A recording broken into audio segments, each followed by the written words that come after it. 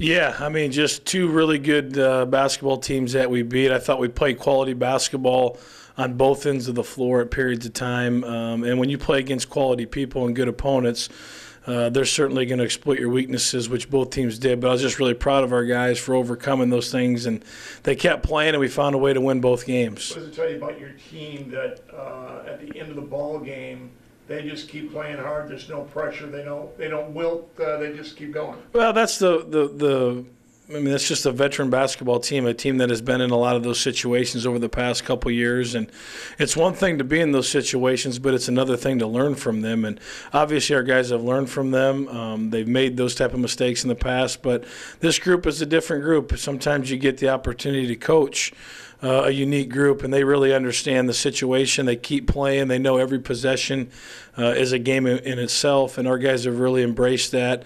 And I'm just really proud of our guys so far this year. Nobody talks much about it. Your bench has really come through, too. It's been great. I think anytime you play this long of a season and have this much success, there's a lot of key components in why you win, and our bench has been really good.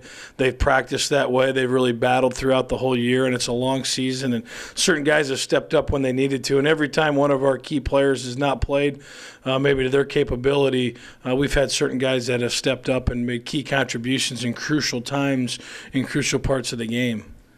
Hit the road this week. First stop, Indianapolis, University of Indianapolis, a team that's gone to the tournament 3 years in a row. Quality team, veteran team. Should be a good matchup. Should be. Hopefully it will be. And ranked 8th in the country as of today. And could be playing as good as basketball as anybody. Beat Wisconsin Parkside by 20. Beat Maryville by more than 20. And just a really good basketball team. A lot of tradition at that school. They've had a lot of good coaches in the past. So we're excited about going to play. You get to go to Indiana and play basketball. There's not much better than that. One key matchup. Well, I think it's going to be our ability to eliminate easy baskets, to be quite honest. If we can do that when you go on the road, no matter where that matchup comes from, and sometimes it always comes from somebody different. But I just think overall as our team defense to eliminate easy baskets. I think that's something we got away from against Bellarmine a little bit, and we need to do a better job at doing that this weekend on Thursday. Win, lose, or draw Thursday night. You got St. Joe on Saturday. Could be a trap game. Yeah, you look at that game, and I think it would be a trap game for a lot of teams, but I don't think our team. I think we've got too much experience and too much leadership to let certain opportunities slip by. And they're a good basketball team. We're going to have to play very well to have an opportunity to win on the road. It's a tough road trip, and that's why you want tough players in February so you can have an opportunity to win these type of games.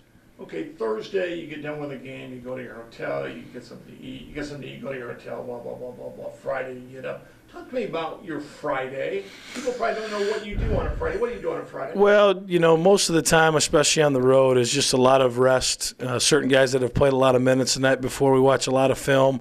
We'll watch film from the previous night, our previous night's game, and then we'll also watch film on the day's next opponent. So it's a lot of time, a lot of mental work. We will get a quick practice in to get the kinks out and get a good sweat in. But more than anything, it's more of a mental day and a lot of rest. These games down the stretch here in February are important for seeding in this conference tournament because you finish in the top 4, you go right to Evansville. Yeah, no question. I think that's a good point. I think anytime you're where we're at in the situation we're at right now, every game's important. The next game is a bigger game than the one before, and that's obviously the case this week. And now there's a lot of implications on a lot of different things, the NCAA tournament, the conference tournament, seeding in the conference tournament. There's just a number of different things that factor in every time you go out there and play, and I think that's what you're looking forward to, and that's what you want to do as a college basketball player.